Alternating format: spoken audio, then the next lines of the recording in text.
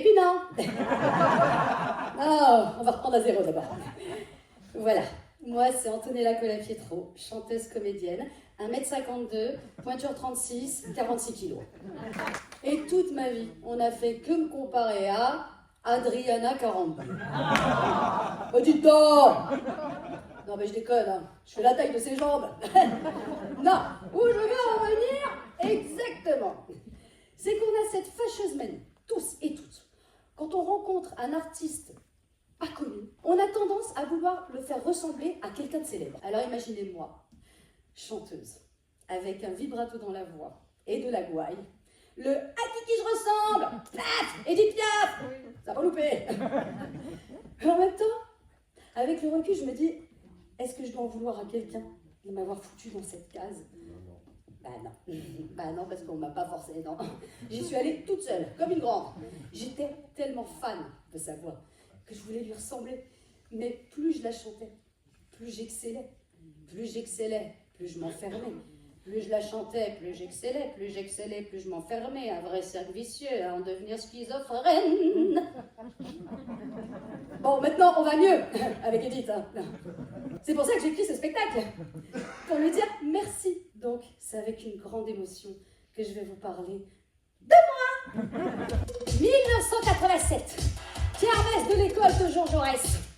J'ai 9 ans et je crée mon propre show. Pendant que les CE1 de Madame Merriot se préparaient à danser sur Chaud Cacao et les CE2 sur Comanchero, moi je me préparais pour mon grand soleil.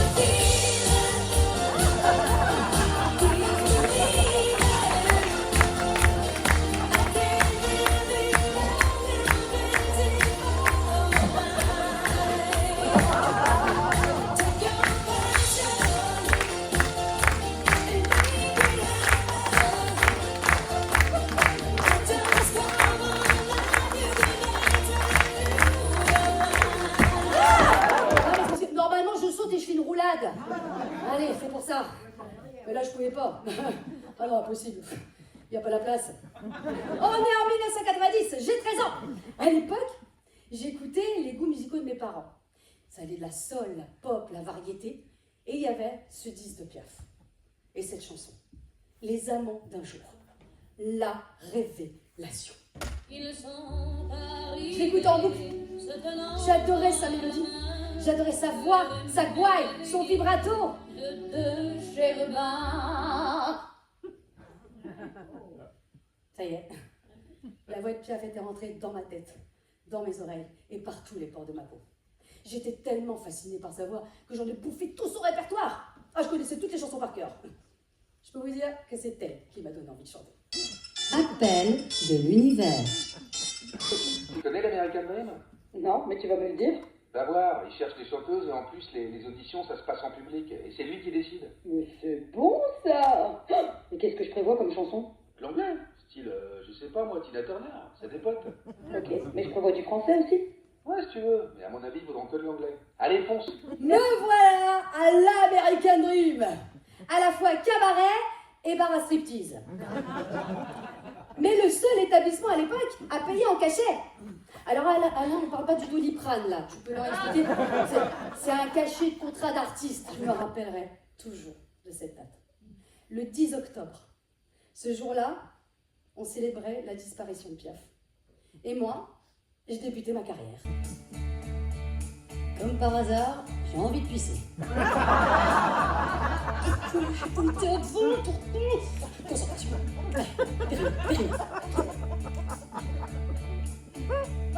Pourquoi il regarde bizarre là? Non. Ne dis pas que j'ai foutu ma robe à l'envers. Merde, ma perruque. Trouve un truc, cours. Je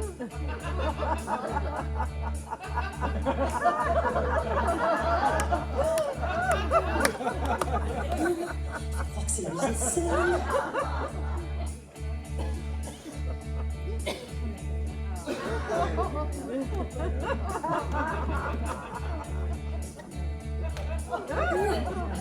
Allez, let's go!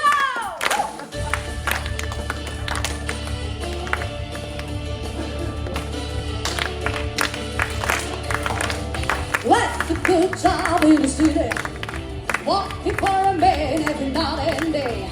And I never lost a minute of sleeping, worried by the way that thing of my every. Big wheels keep on turning, primary keep on burning, rolling, rolling, rolling down the river, rolling, rolling, rolling down the river, river, all right,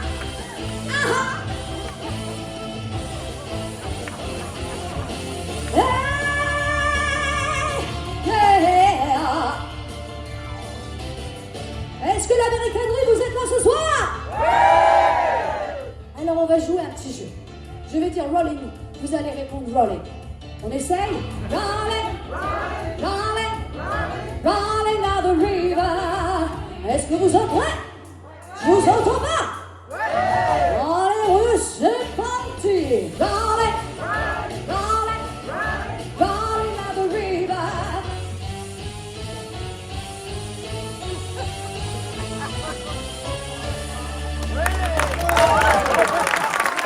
Hé la petite, le patron me demande si t'en aurais pas une en français. Mais un truc qui les porte, hein, et pas un gars. La piste 2, elle est en français. Ok Jean-Mi, mais lui sa piste 2. Je vais me prendre une tôle.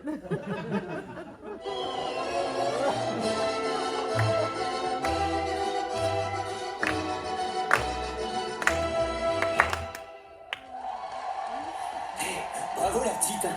T'as assuré. Le patron veut que tu reviennes demain. Mais par contre, c'est Piaf ou rien. Et en sosie. Je suis donc allée dans un vidéoclub, louer tout ce que je pouvais trouver sur Piaf. Et j'ai maté toute la journée des cassettes VHS pour décortiquer ses mouvements et m'approprier ses gestes. Et tous les soirs, c'était la même rengaine. 3 ans, face au public, à reproduire les mêmes gestes, le même maquillage, le même costume. J'étais bonne qu'à chanter Edith Piaf. Et quand je voulais chanter autre chose, on me l'interdisait. Je me sentais plus chanteuse. Sous l'apparence de Piaf s'effaçait Antonella, nos identités se confondaient. Et on m'appelait Edith. Est-ce que j'ai continué? Ouais, 6 ans. Bah attends, soi-disant, j'étais bonne qu'à faire ça. Et en plus, il fallait bouffer, hein. Alors, je suis allée là où on m'a appelée. À Moscou, reçue comme une star à l'aéroport.